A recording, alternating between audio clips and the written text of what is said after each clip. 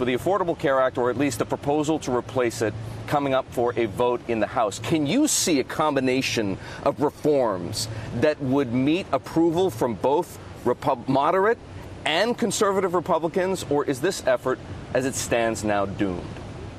I'll leave judging the politics to others, but I'll say this. The reform packages in all their forms will mean less coverage, more Americans without health insurance, higher premiums for the rest of us because we're going to end up paying for that medical care when it comes through emergency rooms, and less competitiveness for American business because they're going to end up having to pay higher premiums to cover the costs.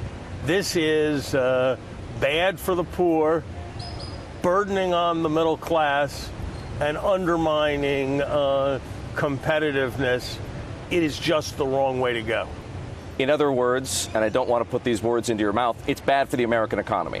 This would be a substantial blow to the American economy over time because of the ways in which it would damage lower income people who would then have less spending power, because of the way it would shift burdens to employers who would then be less able to compete. This is not just a policy that has real moral problems because of what it means for the poor. It is a policy that has real pragmatic problems for American competitiveness. I don't see any argument in favor of it. There are arguments against Obamacare. I don't believe them. I believe the benefits far, far outweigh the costs. But this set of reforms is a step backwards on every dimension. Now let's address the issue that everybody here is concerned with. Not that they're ignorant of what's going on in America and the votes concerning the Affordable Care Act, but NAFTA is a looming problem at the very least. The Foreign Secretary, Luis Videgaray, is here at this meeting in Acapulco. Have you seen him yet?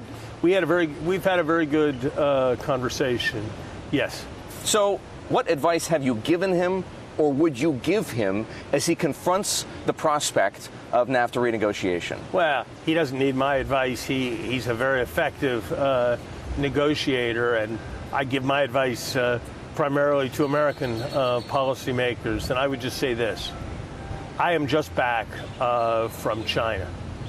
There is no bigger strategic and economic gift we could give China than for the United States to move away from NAFTA.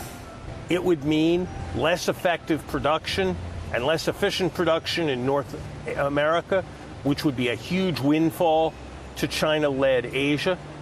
It would create an immense strategic opportunity for China by reducing the ties between Mexico and the United States. Indeed, it's possible to imagine that if the United States were to stay on a hostile path to Mexico, Mexico could find itself with a government in the tradition of Hugo Chavez in Venezuela, and China put $65 billion behind that government. We are putting at risk the creation of a major Chinese beachhead in our region on the trajectory we are following if we really were to abrogate NAFTA. We need to find pragmatic solutions on both sides. Look, Erik, NAFTA was negotiated 22 years ago. A lot has changed.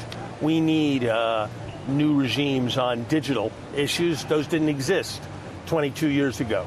We've learned about the importance of labor standards to protect workers in trade agreements. Those should be an enhanced part of the NAFTA mechanism. We need to do more to prevent the uncontrolled devaluation of the Mexican peso, something that ironically has been set off in recent months by U.S. policy. And we can strengthen North America as a unit by reforming so-called rules of origin so that the goods that are exported from Mexico to the United States rely on content that's produced in the United States and Mexico rather than produced in Asia. So there's a pragmatic path forward if people on both sides are willing to find it. But if not, this goes way beyond some commercial interests of some companies. This goes to what is central, if I might, for keeping America great, the strength of our North American homeland.